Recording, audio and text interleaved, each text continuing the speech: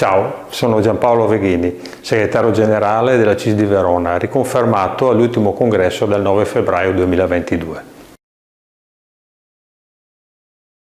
Gli associati CIS di Verona, che è il primo sindacato sul nostro territorio veronese, sono più di 78.000. La CIS è presente in tutti i settori, dal primario, che è il settore agricolo, al secondario, che è il manifatturiero, l'industria, e al terziario, che è come del commercio, turismo e servizi. E poi abbiamo anche la parte dei lavoratori del pubblico, che lavorano negli enti locali, nelle strutture istituzionali, negli enti anche statali, come tutti gli enti che abbiamo sul territorio.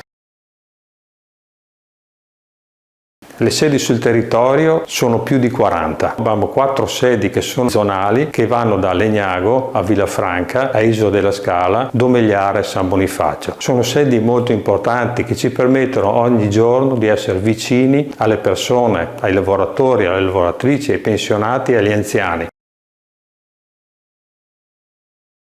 Il ruolo che abbiamo in questo particolare momento storico e difficile che stiamo vivendo, che parte da una pandemia ancora in corso e una guerra in atto ai confini con l'Europa, è proprio quello sul nostro territorio di creare rete, mettere insieme tutte le forze sociali che abbiamo sul territorio, tutte le associazioni datoriali di volontariato, di vicinanza alle persone, nell'assisterli, nella loro anche disbrigo delle faccende quotidiane, nelle moltitudine di pratiche e anche assistenza che devono avere in questo momento nella quotidianità.